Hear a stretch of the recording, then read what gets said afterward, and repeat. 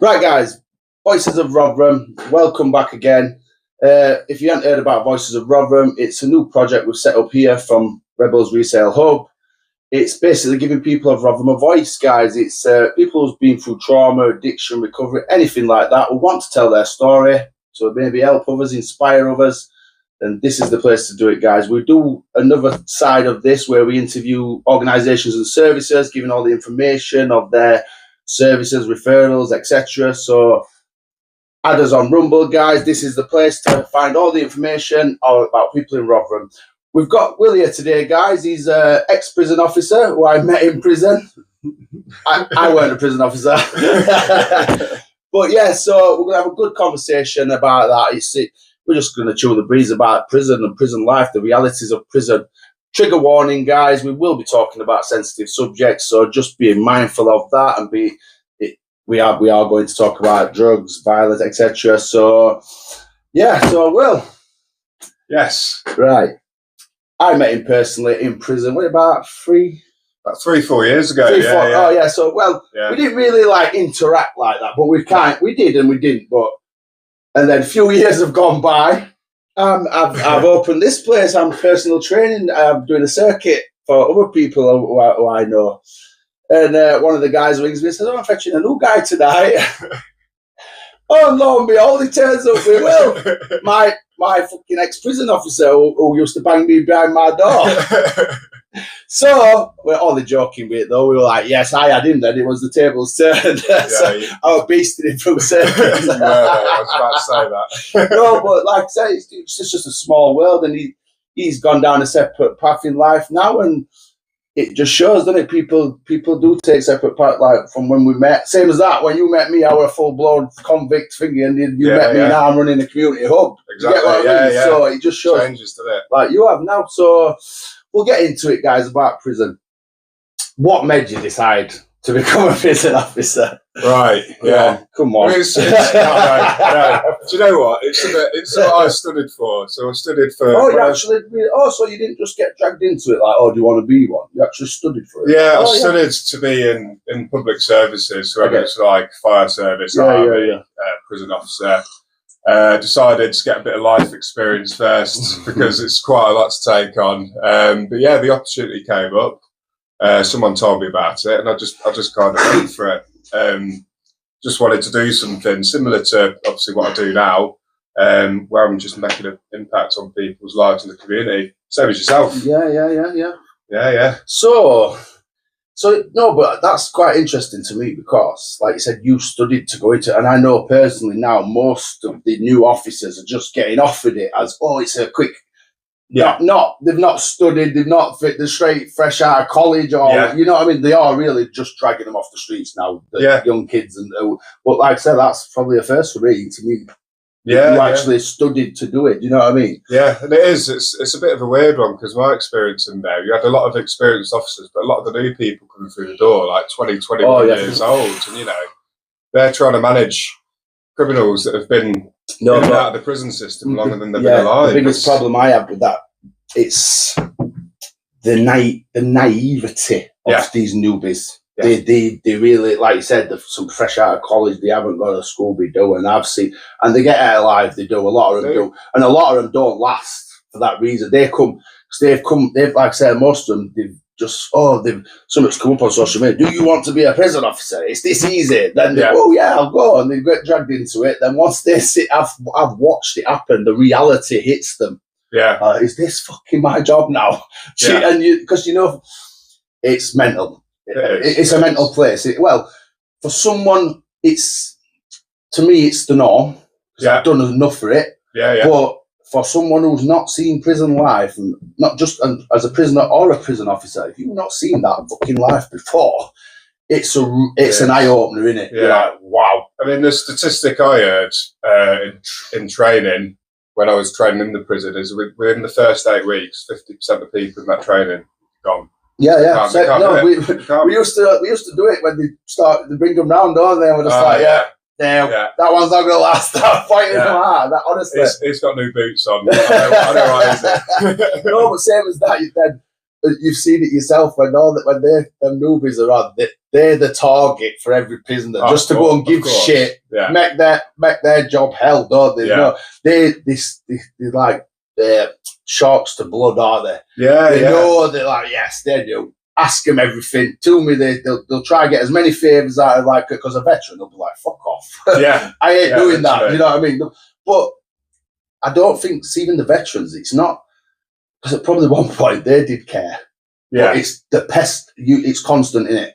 And I think any human, no matter how much you care, the pestering of people. Turkey, do this, Turkey, right? And it's not just one person. It's fucking 20 people. And you said in prison. You said to this prisoner, I'm going to do this, and you don't. He's then making you his enemy, mate. He's not going to... No, it's bad, honestly, it is. Because he sat behind his door. That's his only goal for that day. Get me this done, please. And then fucking, I'll do it. And a lot of times they do it and they don't. It's not intentional. They just can't. They're too busy, But then that prisoner takes it personal, big time. You don't make promises you can't keep. No, definitely. I think it's easy to forget it's people's lives that you're running, essentially. You're letting them do the things that are important. And it's not, but it's not just the lives. It's at that moment in time, they're in that cell, their mental health, their mental state. And nobody's thinking clearly in prison. I don't care what anyone says, just because of your emotional state.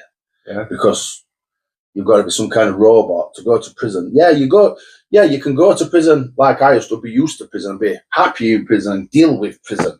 But emotionally, mentally and emotionally, what's going off outside and in your family, that's every man sat in there. And yourself, they all fucking argue with Mrs. It's a cooking pot of volatile emotions, isn't it? Yeah, well, you've lost control of your whole life, basically, haven't you? And you've just got to sit with it and wonder what's happening. Especially, and like someone like me, ADHD'd up to death, to then just be sat in a cell.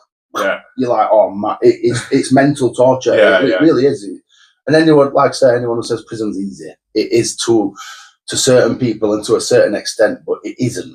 It's not. No matter what they're saying, they've got computers, they've got things. Fucking hell, that's it. That don't make it any easier, because what you're gonna do is play, and you don't get no up to date computers or top of the range, so you've got to play the older versions of everything. Exactly. And about 50 million times you'll complete the same game. It's just that boring, and especially when I was in there throughout COVID, and you're literally in the cell 23 and a half hours. That's where we met.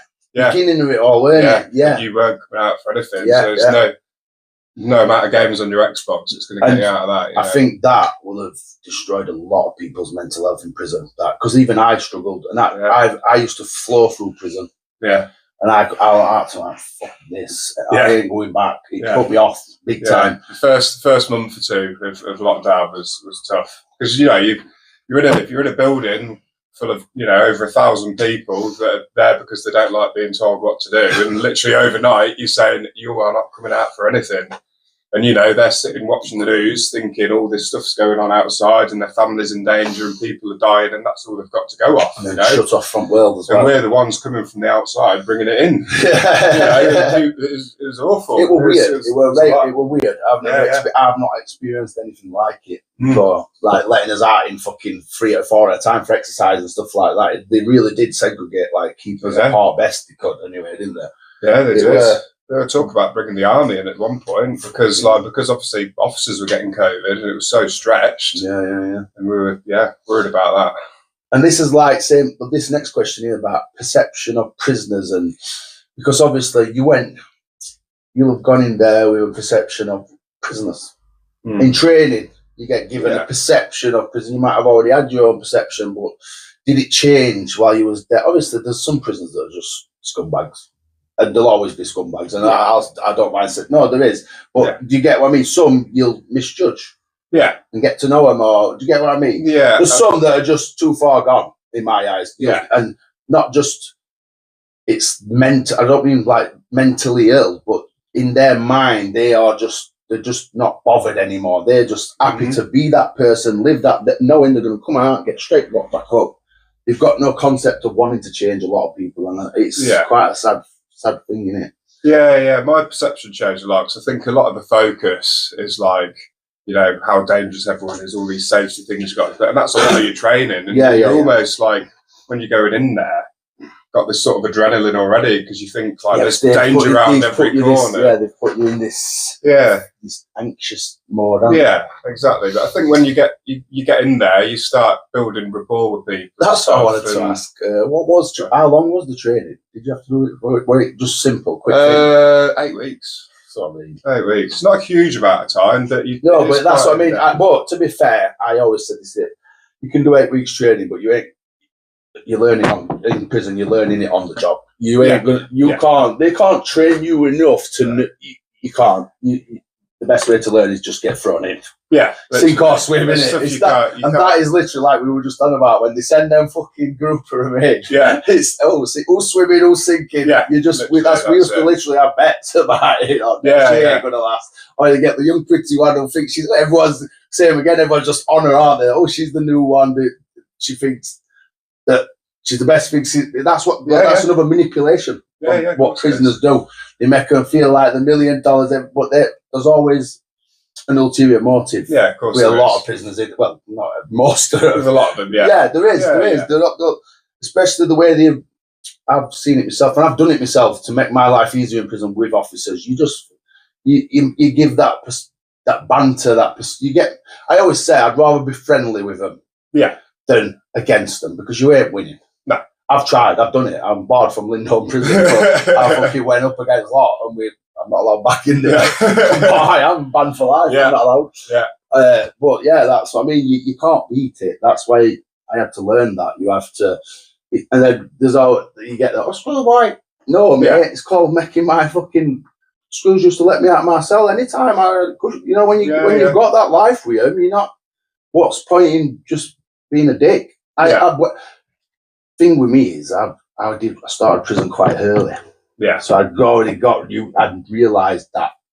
So like now, every time I go back, they'll do it, and it carries a lot of weight. It does make your life easier. Yeah, of course. They'll help you. They'll give you things. They'll help you they'll make it easier for you need to tell them you want this. But if they like you and they get on with you, and honest to God, because anyone who says schools don't take things personal, they do. If you're constantly getting shit off somebody or whatever, you're not gonna. Any chance you get, you're gonna fucking stitch him up or whatever, right? And I've witnessed it loads of times. So you just have to learn to go with the flow and get. I'll do that. That's what I've heard. I'll do it. That's it. You hear that all the time in prison, don't you? I'll do it. That's people taking piss out of each other, saying they're schoolboys and that. Yeah. But it's a fucking very, very. This is trying to explain it to someone who's never seen or witnessed prison. It's weird. It is, isn't it? It's a weird setup, isn't it? Very strange. For me, I think it probably sounds a bit bad in a way, but everything's a bit of a trade-off. And that's not a bad thing. But, when I first went in, there's a currency to everything, isn't there? You're right. Yeah, but I went in a bit naive, and I'm like, I'm going to do this. I'm going to make sure I get that phone off that lad and all that sort of stuff. And you kind of focus on that, and you upset a lot of people going in with that attitude. And after a while, you actually realise, the way I started to see it is I worked there, and I was there, 50, 60 hours a week. And I've got a bunch of guys there that are living there. And it was very much a trade-off. It's like, look, I will let you out and allow you this as much as I can, but in return, when I've got to do stuff, I've got to get it done. That's kind of what I was just going on about then. It's having that rapport. That's it. It's not fucking sucking up. It's not thingy it's just having that rapport in it. It makes your life easier. If you yourself, there's always them screws with a reputation. I can't remember her name. The woman who always used to cause arguments and then stuff. We can't mention names. But I know exactly what you mean. You're arrest. Every week she went on, she was like hated, weren't she? But they're dangerous in that job. Schools like that. A story about that particular officer. So she wound a prisoner up to the point where he was going to attack her. Took a knife off him, put him in his cell. Later that day, going round, doing the rounds, it was COVID, delivering food behind the doors. I opened that, got a kettle of water to my face. And that's exactly the issue, If you don't treat it's not your but that's you taking the brunt of somebody else. But that's what I mean. That officers like that are fucking dangerous, and she's not the first one I've met over the years. They they go around antagonising on purpose. And like I say, a man who's is not in a good mood. He might be smiling, he might be laughing, but in his back of his mind, he's in prison. You don't know what his missus is doing. Yeah. Or do you get what I mean? So you don't. It's like you don't sit poking the fucking bear with a stick, do you? No. That is what she was. She was bad at that. Yeah, she was. Straight away. Caught. Yeah. But it was a nightmare. Yeah. But then you come across that was a safety, but there's always a prisoner that don't give a shit. You will fucking one, but I've seen officers get teeth knocked out with pull cues, or I once seen an officer go up to this fucking kid while he's on phone. Boom. He just went bang, and took his teeth straight out while he's on phone to his. That is it's just disrespect and the stupidness on that officer's behalf, because in the back of your mind, it's probably banged up. Come on, we're getting banged up, but you just know, because no one, not many would let know, but in prison, in that environment, you ain't getting very rare an officer would get away with that. No. Going up and going bang while he's not said, love you, bye. He didn't even get a chance to fucking boom, headbutt, teeth, literally teeth out. Yeah. But that's what I mean. It's disrespectful. That's it. Like, I wouldn't treat anyone else like that. So why would you think you can do it? This is what I mean. And it's not just in prisons as well. It's in police. There is dangerous. They should not be in that role. Same with every job, every trade. There's always that guy who shouldn't be there. Who takes it too far. Yeah, you know what I mean? Just the risks are a lot higher in those situations. Isn't it? So as far as like challenges on a day-to-day basis, because I know there's a lot. For you as this is more about you as a prison officer now. Yeah. What would you say was your biggest challenges? As in, I'm not. Yeah. I'll let you. Yeah, I know what you mean. Yeah, I always think, because I think when people think about prison, they always think the most challenging thing is the violence. Obviously, because it can be quite extreme, and you do see some stuff. However, the biggest challenge for me, I think, or what I took as the biggest challenge, was de-escalating situations. Because you do get people get angry, people get news from home, get emotional, and start smashing stuff up, and arguments happen. But if you can talk someone down before it gets to violence, that's the biggest challenge. But if you can do that, it's the biggest accomplishment. You've just triggered it on it there, the emotional, and then especially with men, it's emotional anger, which is more dangerous. Yeah, of course it is. Than just, you get what I mean. Most men, when they can't deal with emotion, it turns to anger. That is 90% of men's way. Yeah, it turns to violence in there. There's a lot of people that haven't learned how to cope with those sort of things and don't know where to direct that anger. So that's where these situations come up. But like I said, if you can de-escalate these things, you have the skills to talk people down. If you can de-escalate a situation, that you've got good skills, because, like I say, when you're in the emotional anger is up there, it's hard. I've seen it myself, and sometimes they're going to look like drug crazed, don't they? When they're there's no getting through. When like you said, de-escalate before it gets there, because once they're there, they'll just like fuck off. I thought we had sort of fuck off. But in a way, like it doesn't seem like at the time you protected everyone. They're not going to get it. You're not going to get it.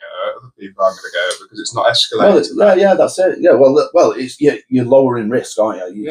You are definitely protecting everybody, because it's not just, like I said, if he goes off and yourself, some prisoners just randomly attack other prisoners for no reason. For not even just that's it. Just to get that block, or they've got their own agenda for it, or do you know what I mean? It's a dangerous place. It is a really.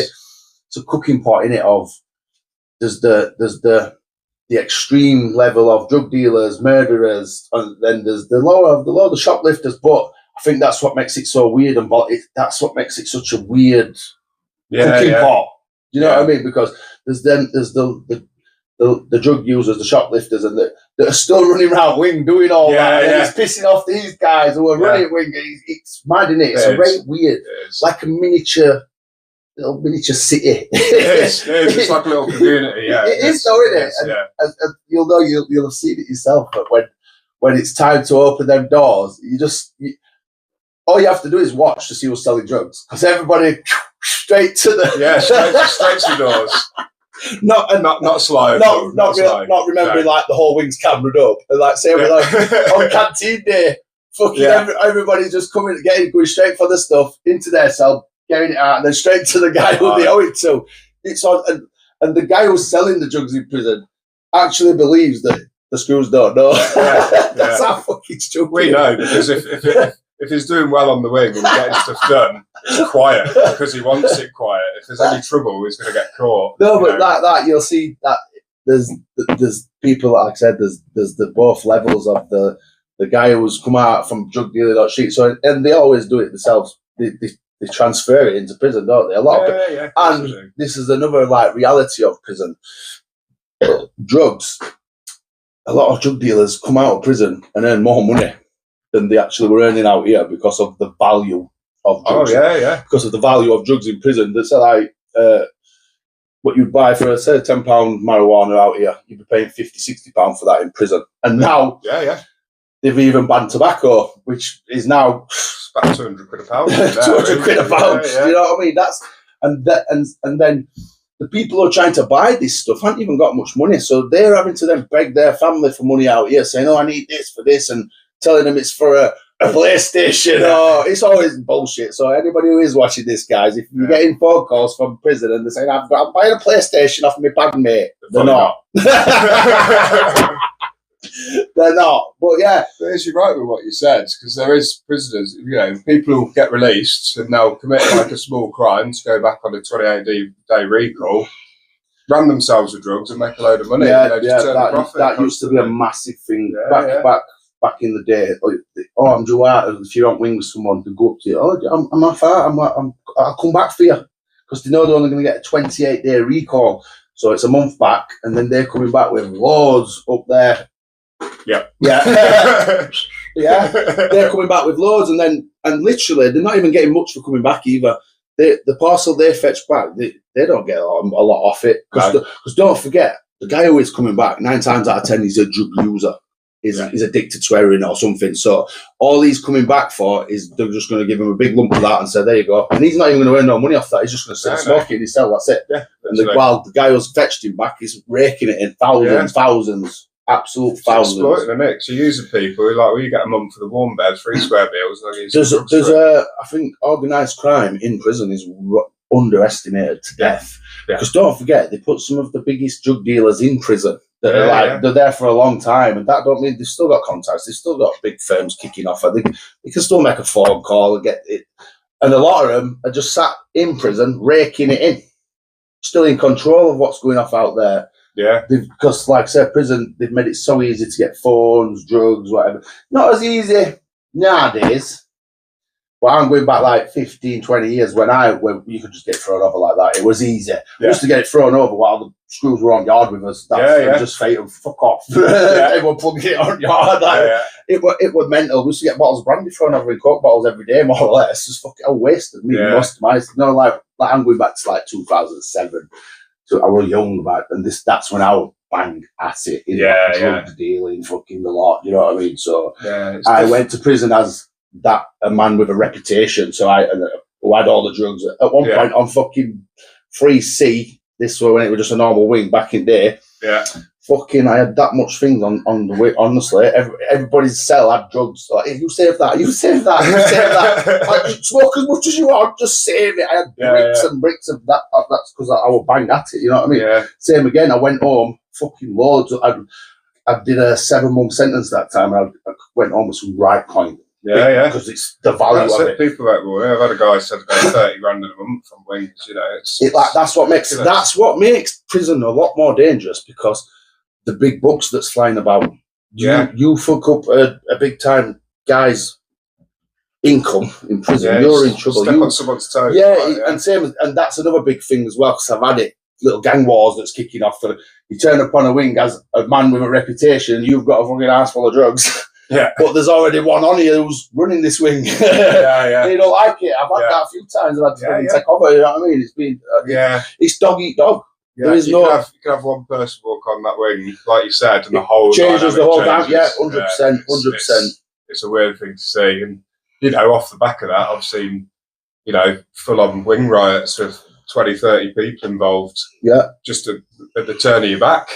That's probably another thing about prison, how quick things can escalate. Nowhere. Yeah. 1 minute you can be you can't relax. And as a prisoner or an officer, you can't let your guard down. You can be it's all the front. You walk around, especially as a prisoner. Yeah. But you don't let your fucking guard down ever in prison. Never. Especially somewhat from my background where I come from. Never would I have let my guard down. As much as comfortable as I got or how I felt, I would have never I can't be touched, or you don't matter how hard you are, how big and fucking you can be touched in prison. You can be got. There's always someone bigger than Yeah. Don't get me wrong. I've never been got, but I could look after myself. I've always been able to. But I've been fucking jumped in that in prison by loads. But we can't do. What can you do about that? That's that, isn't it? But that's what I mean. I've seen some. This is another thing what a lot of people don't realise about prison. What we were talking about earlier. You see this perception of prison on social media. When you see it's a lot now. Lately, it is all these guys have been saying, "Oh, look at us on the wing with the thing but then everyone's thinking, "Oh, it's not that bad in prison." And believe me, guys, that's bullshit. In most prisons, like on every wing, there's a handful of prisoners who's got access to phones. You know why? Because they're drug dealers and they've got money. And so, like someone average Joe who wants a phone in prison. You can't afford one because of the cost of it. It's fucking £1,000, $500, depending on what phone it is. So this is what I'm saying. They've got the whole dynamic of having that money as well. So they control that prison, and then they're putting this on social media, and people who are not from that life, it can't be that bad in prison. Wait while you get there. You'll soon see the reality of, because what you are to that guy in prison is prey. You pray. Yeah, you're an opportunity. You might go to prison you've never touched a drug in your life, but guarantee most people come out and have tried it, because the guy who, not just the dealer, other guy who takes drugs, their mission is to get you on drugs as well. So you buy drugs as well. So honestly, I've seen it ruined. I've watched good people get ruined in prison, big time, from especially Spice. That dynamic fucking shit. Changed. That made me scared of prison. Yeah. The way they acted for Spice and how they'd fucking slap. And Spice, it didn't cost much, but it was this drug that once it got them, they were hooked. They wanted it. They'd do it. They'll slash you for it for pennies. Absolute pennies. Yeah. And the thing is, I spoke to a lot of prisoners about it. Like, why do you do it? Look at the stage you get in. And they're like, because when I do it, I'm gone. And I come round, and that's one day less of my sentence. A lot of people. But that will be, like I've just said, that will be what this other druggie said to him. Come on, they're kind of blagging to think like that. Yeah. Oh, come on, we'll get out of prison. You're out of prison for a day. Yeah. My only thing in prison, when I used to smoke weed and get drunk all the time in prison, but bastard brewing shit that all the time. Yeah. That was my every weekend when I did my big sentence. Yeah. But another story about Spice. There's me, another officer, won't name him, very big bodybuilder kind of guy. You know him. Yeah. Great guy. Yeah, he's sounding it. Quite a proper old school officer. Yeah. Anyway, all these lads, one of them's come out in some sort of drug-fueled psychosis, don't know what's going on. We've gone into this cell filled with fumes. They'd all been taking Spice. One's throwing up on the floor. So we're in there trying to sort them all out while the other one's trying to fight us because he don't know what's going on. Anyway, it took about 15, 20 minutes. And me and this other officer came out of this cell. About 2 minutes later, absolutely off our heads. Felch, yeah. That's a lot winged down. Good for an hour. I've seen that before as well. Did you watch it? We're on the Ross Kemp. He went in prison, and all he did was smell the pipe, and you could physically see his eyes and everything. He weren't faking it. No, he wasn't. He went. You could see it. He's like, whoa. Exactly. We stood in there for 20 minutes. As soon as we walked out, and the normal airs hit us. I was in prison. I was in prison when Spice first turned up. Yeah. When nobody really knew what it were, and it was being marketed in prison as an alternative to cannabis. Yeah. So I thought, I'll have a go at that. Puts a little bit in a spliff, and they had 2 drags. Yeah. I thought I was going to die. No, honestly, I've never experienced anything like it. Palpitations, fucking water, cold water. And then you're like, shall I press buzzer? No, because then I'm grassing myself up. Yeah. And that's a lot of people say, but honestly, that very quickly, I'm an intelligent man in my eyes. Where I tried it, and I'm like, that is not an alternative to cannabis. No, it's anything not. that makes you feel. No, cannabis is a chiller out of this, but you were like, you couldn't sit still. You thought you honestly, it worked. And I literally had a minuscule amount, but when it first come out, everyone was spiking each other with in I were in Rambit, and literally big, see, and this big monster guy that were in fucking education block. He's like, oh yeah, in toilets, have some of this. He's like, oh, he knew what it were. He's like, I could take out me. Boom, gone like a sack of shit. Yeah. I've never seen it. That drug does it. Stops you, doesn't it? Dead, and you try. And zombies, proper zombies, mate. I've seen a guy sleeping on the spot, where in every fucking. See the guy shatter his feet. He was lay on the floor in some like again a psychosis from it, just smashing his legs and smashing his feet. Yeah, because honestly, I kind of understand it from the feeling I got from just the two drags. Two drags give me that I'm gonna die feeling. So I used to think, see people having big fucking bongs around here. Like, what the fuck? No, that honestly, it has changed. And because it's associated with mental health, and they get violent, and it makes them fucking bad. It's not just that. There's a big thing to it that it's made prison a very dangerous, scary. Yeah. I was scared. I'm not ashamed to admit that. Obviously, I had to deal with it. People were so unpredictable. Yeah, that's it. The unpredictableness of it, and fucking all got big slash. Like, it sends them into psychosis a lot of time, doesn't it? They slash the shit out of themselves. Yeah, bad. And that's the scary thing in prison, is the unpredictability of it. That's the thing. Like, when you're talking to people and they've got the wits about them and they're normal, and you've got that rapport, everything's all right. But the people where you can't quite pin what they're going to do next. I used to keep in prison, especially not to be horrible. I used to not let them too close to me, people. Because there is people in prison that actively try to scare people, to be that guy. They act crazy, don't they? Do you know what I mean? But just as a fucking rule to myself, I used to just tell them straight, because they'd stand outside and like eyeing you up and that. And I'm like, listen, do not come. You come in here, you're getting took out. I don't care. Just because they were that untrustworthy, you didn't trust them. Do you know what I mean? You're like, fucking. And they'd always like make a beeline to come speak to you and that. You know what I mean? I'm like, whoa. Like I say, it could have been genuine, but people are sly as well. Like, I've seen it; they'll be there talking. That they've been offered, so much to come and give you a slash, and they're just talking away nice, and that's all going around in the back of their heads, and you're just going to get slied. That happens a lot, like you just said, by surprise, by one of your mates who you think's your mate in prison, who's being offered.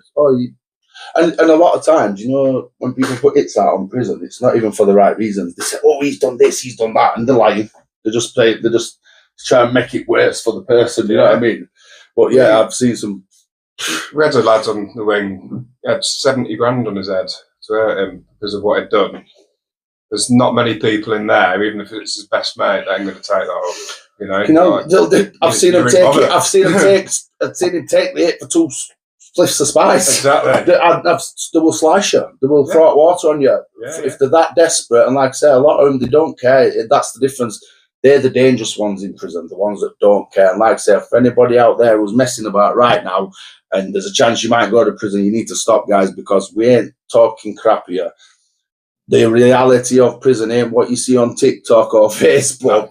Trust me, if you go to prison, you will know exactly. You'll be like, oh no, they weren't lying. It's right though, isn't it? Because it is. A lot of people, it's the naivety, like, they'll get blagged by the boys. Oh, you'll be looked after, don't worry. Do you know 9 times out of 10 when you go to prison, you'll not fucking hear a word from any of your friends, your so-called boys, who you would have gone to prison for and gone and got in trouble for.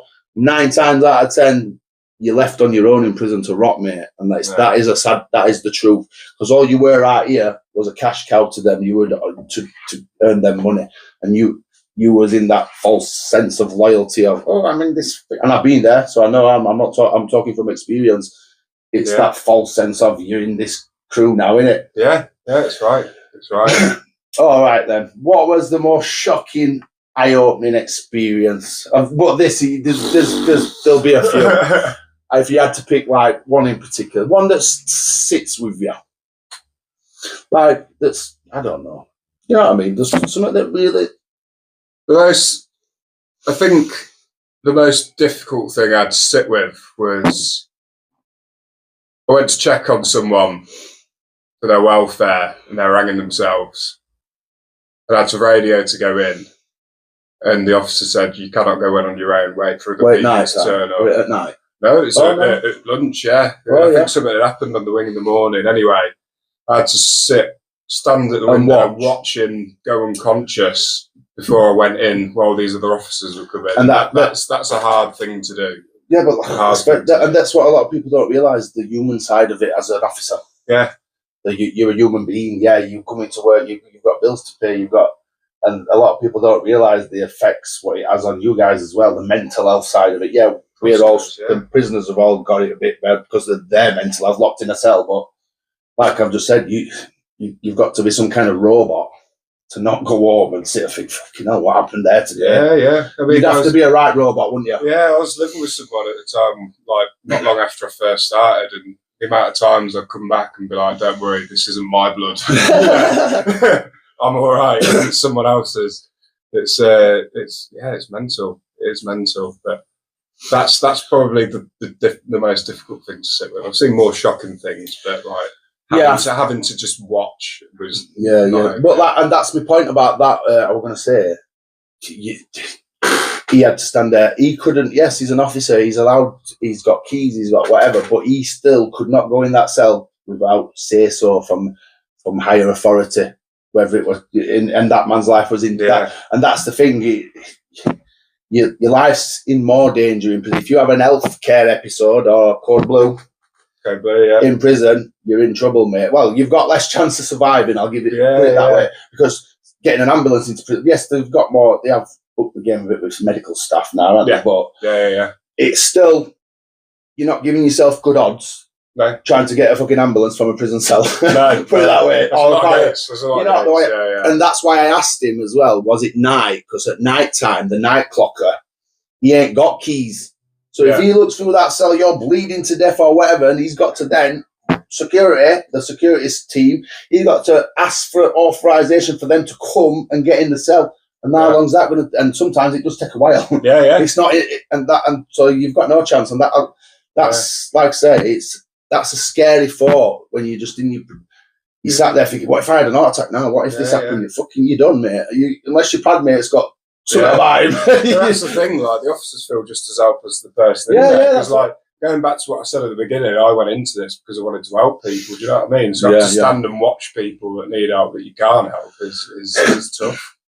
And same as that, we're helping people. A lot of it's just a conveyor belt of people who 90% of the people don't want help.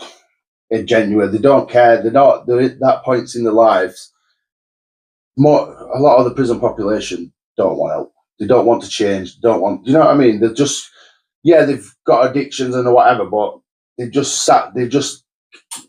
probably do want to change in the back of their mind, but they just accepted it as, this is my life now. Yeah. Do you know what I mean? Like, I did it. I live my life like that. Or I'm this guy. Oh, they want me to be a monster. I like that one. Yeah. You just stay on that track. Just live to the expectation. Because it is hard. The hardest thing is to cut change.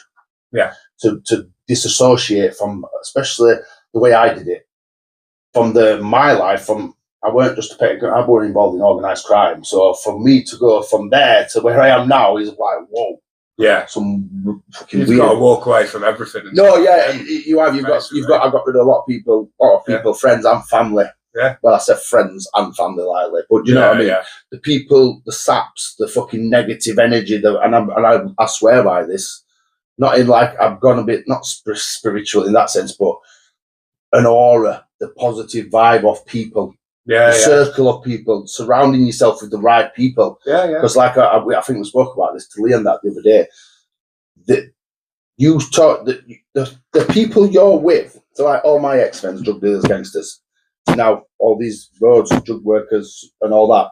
Yeah. The conversations are different. Yeah. When I had to I remember when we barred this guy and we had this fight. So it's It's bringing you up to that. Like now talking about it gets me fucking riled up. Yeah, you know what I mean? It makes it emotionally takes you back there. So just reliving it. So you're trying to change, but if you stay around them people, your chances are minimal. Yeah. So like I said, what I've done, my conversations are not. It's all about how good life is and what we're going to do next week, and it fucking helps. And I don't care what anyone says. It massively helps to keep me on that in the frame of mind of, because like I said, especially now, I still have to battle with when something goes wrong, someone pisses me off. They'll be I was that guy. I never let anyone get away with anything, and I really didn't. I was that. My ego was that fucking big. Yeah, nobody would get away with. I couldn't. No one ever did. Nobody can say it. It's a thing as well, isn't it? You've got this. You've set this expectation for people. Honestly, and if you let that slip and show that. And that, like I said, the best thing I ever did was lose the ego. Yeah. And I'll say that to anybody. Because, like I said, most of my friends from my old life now, I think I've gone fucking crazy. Like, what? No, because of how bad I was, that level of fucking ruthless stuff. Yeah. Do you know what I mean? So they're like, whoa. And I guarantee they'll all be calling me a grass. Yeah. Oh, he must be grassy. You know what I mean? Yeah, they will, 100%. But I don't care. The ones that know me know I won't, but you know what I mean. But I just know because of where I've come from, that level to back, like being that guy to then he's fucking asking people to come to mental health groups and helping people. But it is what it is. I'm here now. I'm doing what I'm doing. I enjoy it. We've got to where we are. Do you know what I mean? So that's how it is, isn't it? And a prisoner in prison will struggle. They'll pounce on that. They'll be like, "Oh, what? You're earning how much on this job?" I can give you that in a fucking week. You know what I mean? So, I've seen there has been officers. Well, was a few while I was there that were doing it. I've sat in cells with officers smoking weed. I've been part of it where they've been fetching it in and all sorts. You know what I mean? So I know personally there is that it happens on a regular. Yeah. But like I said, the way they're staffing these prisons now. Is just anybody. They're not really vetting them mentally. Like they're what's the word I'm looking for? You got young impressionable people. Yeah, they're not vetting them. All they're doing is saying, "Can you pass this training of this, and this?" But they should actually be thinking more along the lines: is this person actually mentally capable enough to deal with this? Do you get what I mean? Because they got that resilience. Because some of them they'll come up with they don't even speak. I'm thinking, how did they get through training? You know what I mean? But it's and to us as prisoners, that is prayer. Ooh, you'll mention it. Oh, do you want to earn a bit of money? They'll always say it as a joke first. In case in case officer grasses. Only joking. Unless. But it's a constant thing. This is what I'm saying. It happens on a regular, and that's why. A lot of officers now are getting done for it because it's because they've made it harder to get drugs in prison now. They've got more X-ray scanners and boss chairs and all that, haven't they? So your main way in now is through that form. You can't really get thrown over anymore. In most prisons now, they've got it boxed. Like there is different prisons where security is security is less than others, but most of these local ones now around here. You've got to sit on a boss chair, which X-rays, see if there's all your bum. You can, in fact, there's actually X-ray machine now, isn't there? What you stand in front of it and it goes back. There's that as well. Not everyone's got it's money, obviously, but but now if you were back in the day, you think, I'm getting locked up tomorrow. You're going with something. You can't risk it now. No, because if they scan you, won't wait. You're getting done for possession with intent to supply HMP, which is a bigger sentence than just supplying it. You know what I mean? So. It's a different ball game now. It's a lot harder. And now, like I said, they've made tobacco. They've made tobacco something that people will slice you up for in prison. That's what they've done with, aren't they? But to what you're doing now. Just basically you sat and you thought, what am I going to do with my life? It took a while. I mean, I had a bit of a reset and stuff, and had a bit of a think. It kind of led me back to doing more community-based work again. Went in the prison. Well, it's not all bad. That's all it is. I'm talking to because he don't work there anymore. That's it. If you still work there, this would be a no, not that. Yeah. No, but like I said, even when I met you in there, and he's not lying. We wouldn't be doing this now if he was just a normal guy. You know what I mean? He didn't go in there with the attitude or the. Yeah, there's no bad blood. That's the thing. But look at that. A perfect example. Can you imagine if you'd have done that to me in prison and you fucking turned up that day? Yeah, if you would have been like, no, but that's another thing. It can bite you in the ass. Yeah. When you bump into people, you're walking around that prison every day being a cunt. That's excuse the language. But then you bump into that guy. That could have gone wrong for you, couldn't it? Of course it is. I mean, I live in town. I see people that I saw in there nearly every day. Yeah. And there you go. But you'll notice though, the ones they're not all bad people. No. Do you get what I mean? They're just they've got problems. A lot of people, you don't end up in prison without problems, or some people just simply made a mistake. Just unlucky, you know. Definitely. But yeah, I think we're more or less. What's this one? Do you ever wonder what happened to certain prisoners after me after they were released? No, but I bet you probably do, because there is some that you think, oh, did he manage to pull that plan off? What he told me, or like telling you going to sort his life out, because we all leave prison with a plan. Yeah, never works. Like as a rule of thumb, it doesn't, because I think, like I said, you get in prison, people get blagged to play the game that I'm going to change. Nine times out of 10, you're just playing the game, pretending you're going to change to get a lighter sentence. There's always a fucking ulterior motive to it. You know what I mean? Yeah. So with anyone, it's always been a bit of a catch up. They're saying, "Oh, this is doing well," or "Oh no, this has happened," and it's nice to see people in the community on the other side and doing better. You know, so it's maybe not think about them, but it's good to see them doing well. Right, it's been a good one, this, guys. Moral of the story is don't go to prison. Don't do it. But like I said, we've just tried to make it. It's the reality, especially for people who's involved in that life right now, who's doing stuff out here that's risking prison, guys. Come on, man. You've seen what I do here. I've lived that life. I've done that prison. It's not a good life. You've heard it here from the man as well, who's been working. He's worked on the opposite side. Yeah. It's not the place to be, guys. So don't do it. Don't do it. But anyway, guys, Voices of Rotherham. This has been a really good show. We'll be doing lots of these one-on-ones from now on. This is what we're trying to build with this. You know what I mean? Which I want that channel for. Look at that now. Someone could actually go and watch this, and they'll learn. Our parents, show it your kids. That as a deterrent about prison. Stuff 100%. Like that. Do you know what I mean? It's worth a watch for a lot of youngsters, at least. Especially, you know what I mean, to hear it from a prisoner and a prison officer. Yeah, or just learn what you might be getting yourself into. Yeah, definitely. Make your decisions. Yeah. So anyway, guys, thank you very much, and we'll see you next time. Nice one for that, Will. Yeah, anytime, man.